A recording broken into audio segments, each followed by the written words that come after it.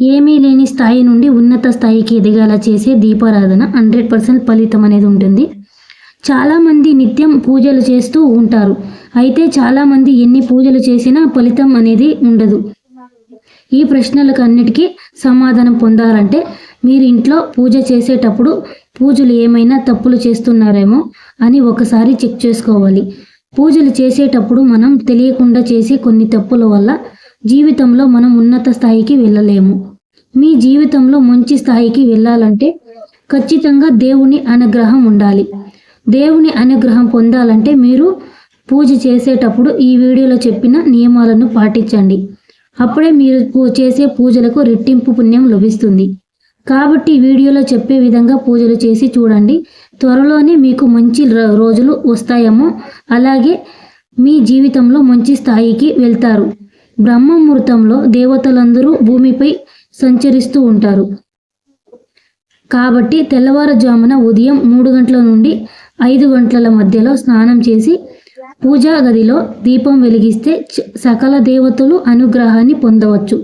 ఉదయం ఈ సమయంలో పూజ చేయలేని వారు ఓం నమ శివాయ అనే మంత్రాన్ని 108 సార్లు జపిస్తే 1000 యాగాలు చేసినంత పుణ్య ఫలితాలు సిద్ధిస్తుందంట. బ్రహ్మ ముహూర్తంలో పూజ చేయలేని వారు ఉదయం 10 గంటల లోపల పూజ పూర్తి చేసుకోవాలి. దేవుణ్ణి పూజ గదిలో నైవేద్యంగా ఒక చిన్న బెల్లం ముక్కైనా పెట్టాలి. దేవుడు చాలా సంతోషిస్తాడు. మీ ఇంటిపై ముక్కోటి దేవతల ఆశీర్వాదం ఉంటుంది. దేవునికి నైవేద్యం పెట్టేటప్పుడు పూజ మధ్యలో నీళ్లు చిముకరిస్తూ ఉండాలి. దేవునికి నైవేద్యం పెట్టిన తర్వాత 5 నిమిషాలు అలాగే వదిలేసి పూజ గది నుండి బయటి వచ్చేయాలి. ఇలా చేస్తే దేవుడు చల్లని చూపు మీపై ఉంటుంది. ఇంట్లోని పూజా గదిలో 2 వైపులా పసుపుతో స్వస్తిక్ చిహ్నాన్ని వేయిండాలి. ఇలా చేయడం వల్ల ఇంట్లో ఏమైనా వాస్తు దోషం ఉంటే తొలగిపోతుంది. ఇంట్లో పాజిటివ్ శక్తి ప్రవహిస్తుందంటే లక్ష్మీదేవి కటాక్షం ప్రాప్తిస్తుంది. ఇంట్లో పూజ చేసిన తర్వాత దేవుని ముందు మీ కోరిక కోరుకుంటూ గంట కొడితే మీరు అనుకున్న కోరిక నేరుగా దేవుడికి దగ్గర అవుతుంది. శాస్త్రం చెబుతుంది. పూజ పూర్తయిన తర్వాత ఇంట్లో ధూపం వెయ్యాలి. దీపారాధన చేసిన తర్వాత దీపాలను వెలుగుతున్నంతసేపు పూజా మందిరం తలుపులు తెరిచి ఉంచాలి. పూజా గదిలో లక్ష్మీ అమ్మవారి విగ్రహం లేదా పటం దగ్గర గవ్వలు పెట్టి పూజ చేయాలి. ఇలా పూజ చేస్తే వారికి సిరి సంపదల పాటు సుఖ సంతోషాలు కూడా ఉంటాయి. మీ పూజా గదిలో ఎల్లప్పుడూ అక్షింతలు ఉండాలి. పూజా గదిలో ఉన్న అక్షింతలు దేవశక్తి ఉంటుంది. కాబట్టి పూజ చేసిన తర్వాత అక్షింతలను తలపై వేసుకుంటే దేవతల ఆశీర్వాదం లభిస్తుంది. లక్ష్మీదేవికి ఎర్రటి పూలతో చాలా ఇష్టం. కాబట్టి శుక్రవారం పూజ చేసేవారు మీరు లక్ష్మీదేవికి పటానికి ఎర్ర మందారం పూలు పెట్టి పూజిస్తే మీ ఇంటి లక్ష్మీదేవి కటాక్షం వర్ధిస్తుంది. శుక్రవారం రోజున తులసి మొక్కకు వచ్చే పాలు సమర్పిస్తే లక్ష్మీదేవి ఆశీర్వాదం ఉంటుంది. మీ ఇంట్లోకి ఎక్కువగా డబ్బు వస్తుందని రోజుల కంటే శుక్రవారం మరియు శనివారం చేసే పూజలకు చాలా శక్తి ఉంటుంది. భగవంతుడి ఆశీర్వాదాలు పొందాలనుకునేవారు ఈ 2 రోజుల్లో దేవునికి పూజలు చేస్తే మీ పూజకు రెట్టింపు పుణ్యం పొందవచ్చు. తొందరగా మీ ఇంటిపై దేవతల ఆశీర్వాదం ఉంటుంది. పూజా గదిలో ఉండే దేవుడిని పటాలను కూడా పాతవి ఉంచకూడదు.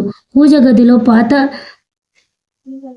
పడిపోయిన విగ్రహాలు కానీ దేవుని పటాలు కానీ ఉంటే మీరు చేసే పూజకు ఎటువంటి పుణ్య ఫలితం లభించదు. కాబట్టి మీ పూజా గదిలో పాత దేవుని విగ్రహాలు ఉంటే వెంటనే తీసివేసేయండి.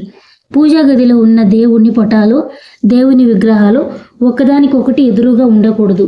ఇంట్లో పూజ చేసేటప్పుడు ఒక రాగి చెంబులో నీళ్లు పోసి అందులో 2 తులసి ఆకులు వేసి పూజా గదిలో ఉంచి పూజ చేసుకోవాలి. పూజ చేసిన తర్వాత నీటిని తీర్థంలాగా స్వీకరించాలి. దేవుని ముందు ఉంచిన నీటిలో దైవశక్తి ఉంటుంది. కాబట్టి తీర్థాన్ని స్వీకరించడం ద్వారా దేవుడు మీకు రక్షగా ఉంటాడు. ఇంటి ప్రవేశం ద్వారా వద్దు పసుపు నీళ్లను చల్లటం ద్వారా ఇంట్లోకి లక్ష్మీదేవి అడుగు పెడుతుంది. పసుపు ఇంట్లోకి సానుకూల శక్తిని ఆకర్షిస్తుంది. ఇంటి ముందు పసుపు నీళ్లు చల్లేవారు ఆ నీళ్లలో పసుపుతో పాటు ఒక నాణ్యం వేయాలి. నీళ్లు చల్లటం పూర్తి అయిన తర్వాత ఆ నాణ్యం పూజ గదిలో జాగ్రత్తగా భద్రపరచాలి. అప్పుడు దుష్ట శక్తులు ఇంట్లోకి రాకుండా ఉంటాయి. ఇంట్లో ఆడవాళ్ళు చేసే పూజ కన్నా మగవాళ్ళు చేసే పూజకే రెట్టింపు పుణ్యం ఫలితం దక్కుతుంది. స్త్రీలు చేసే పూజలకు కేవలం తన సంతానానికి మాత్రమే పుణ్యం వరిస్తుందంట. కాబట్టి కుటుంబం మొత్తానికి పూజ జరగాలంటే ఇంట్లో ఉన్న మగవారు పూజ గదిలో దీపం వెలిగిస్తే ఆ ఇంటికి ఐశ్వర్యాలు స్థిరస్థాయిని పండితులు చెబుతున్నారు. శుక్రవారం రోజున రాళ్ల పసుపు కొంటే చాలా మంచిది. శుక్రవారం రాళ్ల ఉప్పు కొంటే ఉప్పుతో పాటు లక్ష్మీదేవి కూడా మీ ఇంటికి వస్తుంది. అలాగే ఏదైనా శుక్రవారం రోజు మీ ఇంటి ప్రధాన తలుపుల మీద కుంకుమతో ఓం అని రాయండి. ఇలా చేస్తే లక్ష్మీదేవి సంతోషించి మీ ఇంట్లోకి ప్రవేశిస్తుంది. శుక్రవారం చేసే పూజలు ముఖ్యంగా తులసి దళాలు ఉండాలి. వెంకటేశ్వర స్వామికి పూజలో తులసి ఆకులు లేకపోతే ఆ పూజ అసంపూర్ణమని వేద పండితులు చెబుతున్నారు. కాబట్టి శుక్రవారం పూజ చేసిన వారు పూజలో ఖచ్చితంగా తులసి ఆకులు ఉపయోగించాలి. ముఖ్యంగా శనివారం పూజ రోజున మాత్రమే దేవుని పటాలను శుభ్రం చేసుకోవాలి. గుర్తుంచుకోండి. దీపం ఎన్ని ఒత్తులతో వెలిగిస్తే ఎటువంటి ఫలితాలు కలుగుతాయో ఇప్పుడు మనం తెలుసుకుందాం. దీపం 2 ఒత్తులతో వెలిగిస్తే కుటుంబం మొత్తం సుఖ సంతోషాలతో ఉంటారు. దీపం 2 ఒత్తులు వెలిగిస్తే ఐశ్వర్యాలు కలుగుతాయని, దీపం 5 ఒత్తులతో వెలిగిస్తే ధనప్రాప్తి, ఆరోగ్యం, అభివృద్ధి కలుగుతాయి. దీపం 9 ఒత్తులతో వెలిగిస్తే కీర్తి, ప్రతిష్టలు లభిస్తాయి. దాని ఆధ్యాత్మిక గ్రంథాలు చెబుతున్నాయి. దీపం తూర్పు దిశలో వెలిగిస్తే మీకున్న కష్టాలన్నీ తొలగిపోతాయి. అలాగే గ్రహదోషాలు కూడా తొలగిపోతాయి. దీపం ఉత్తర దిశలో వెలిగిస్తే ఇంట్లో ధన ప్రవాహం పెరుగుతుంది. నువ్వుల నూనెతో దీపారాధన చేస్తే ఇంట్లో ఉన్న దుష్ట శక్తులన్నీ తొలగిపోతాయి. ఆముద నూనెతో దీపం వెలిగిస్తే ఇంట్లో ఉండే కష్టాలన్నీ తొలగిపోతాయి. ఈ వీడియో మీకు ఏమనిపించిందని కామెంట్ చేయండి. అలాగే ఇష్టమైన నచ్చితే కొంచెం నచ్చితే కూడా సబ్స్క్రైబ్ చేసుకోండి. వీడియోల గురించి ఓం నమో లక్ష్మీదేవి కామెంట్ చేయండి.